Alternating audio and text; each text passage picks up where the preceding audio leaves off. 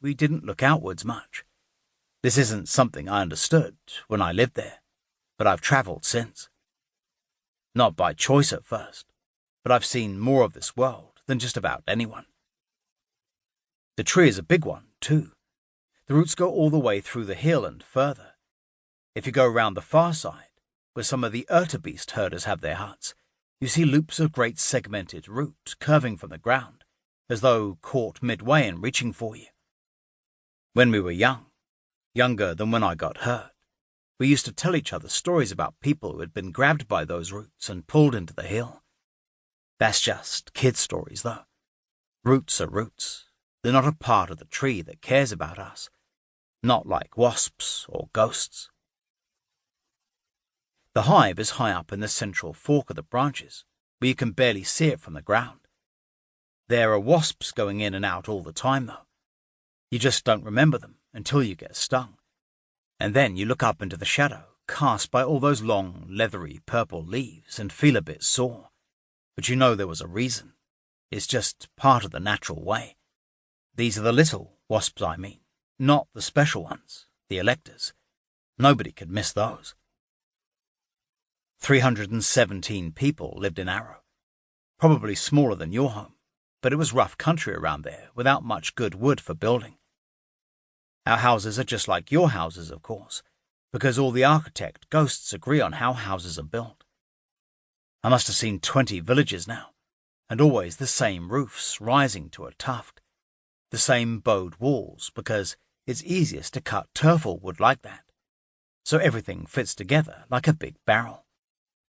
Because the ghosts know, and why should we know better than them?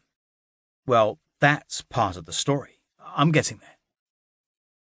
If you were looking at Arrow, standing there facing the side of the hill where the tree comes out, and you looked to the left side, past the first ring of houses, you'd see a house slightly off, a little skewed to its neighbours. That was where I lived. That was where we lived, Mallory and me.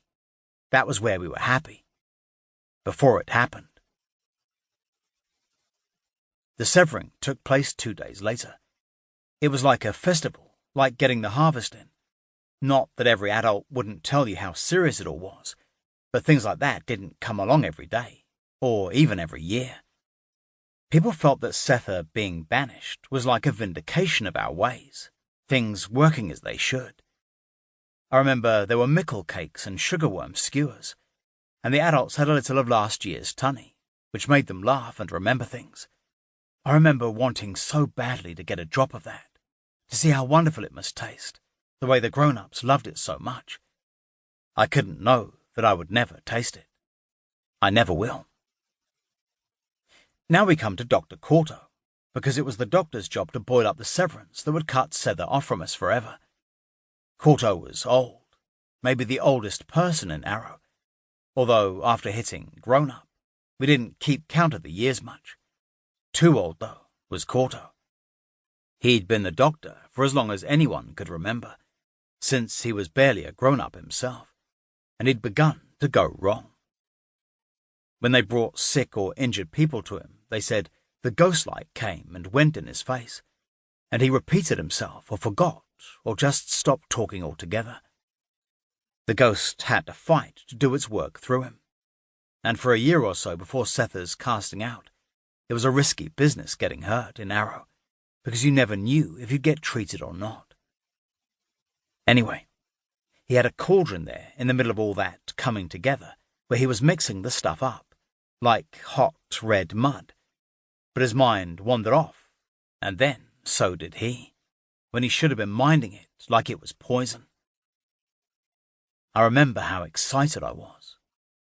It wasn't that I hated Sether so much, but it was change, and it was difference. And when you're 13, that's like all the rest days and celebration days rolled into one. I was chasing around with Livy and Carlton. We whooped through the crowds like mad things trying to catch each other. Or mostly it was Carlton and me trying to catch Livy, because we were 13, and it was just starting to become important that she was a girl and we were boys, though I don't think we could quite have told you why. But you can imagine the sort of half-formed thoughts we were harbouring, thoughts that seemed to come from unexpected places in our body.